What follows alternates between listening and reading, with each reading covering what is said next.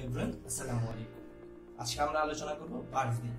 আমরা জানি ভার্বের কাজ অনুসারে ভার্ব দুই প্রকার, একটি হচ্ছে ফাইনিট ভার্ব বা সমাপিকা ক্রিয়া, অন্যটি হচ্ছে নন ফাইনিট ভার্ব বা অসমাপিকা ক্রিয়া।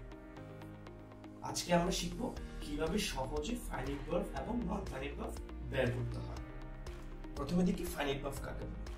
যে ভার্ব দেখলে বাক্যের টেন্স চেনা যায় তাকে ফাইনিট ভার্ব বলে, এবং নন ফাইনিট ভার্ব হচ্ছে যে ভার্ব দেখতে বাক্যের টেন্স চেনা যায় না তাকে নন ফাইনিট ভার্ব বলে। চলো দুইটা উদাহরণের মাধ্যমে আমরা বিষয়টাকে আরো ক্লিয়ার করি। I told him to go. এই বাক্যের দুটি ভার্ব, একটি হচ্ছে টোল্ড, অন্যটি হচ্ছে টু গো।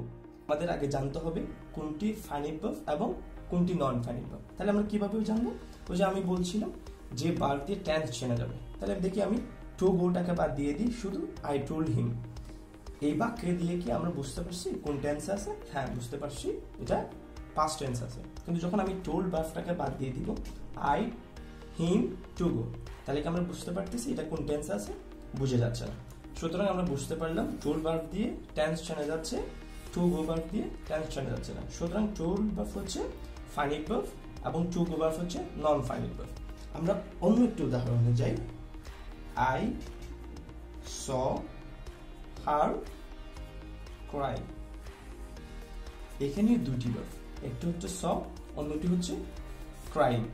তাহলে সেম আমরা কিভাবে বুঝবো কোনটি ফাইনিট কোনটি নন ফাইনিট ভার্ব? যে ভার্ব দিয়ে টেন্স চেনা যাবে। ধরো আমি ক্রাইং বাদ দিয়ে দিলাম, তাহলে হচ্ছে কি আই স হার। তাহলে কি আমরা বুঝতে পারছি এটা কোন টেন্সে আছে? হ্যাঁ, বোঝা যাচ্ছে এটা পাস্ট টেন্সে আছে। যখন সটাকে বাদ দিয়ে দেবো তাহলে হচ্ছে কি আই হার ক্রাইং। তাহলে আমরা বুঝতে পারতেছি না এটা কোন টেন্সে আছে। সুতরাং স দিয়ে বোঝা যাচ্ছে এটা কোন টেন্সে আছে, ক্রাইং দিয়ে বোঝা যাচ্ছে এটা কোন টেন্সে আছে। সুতরাং স হচ্ছে ফাইনিট ভার্ব, ক্রাইং হচ্ছে নন ফাইনিট ভার্ব।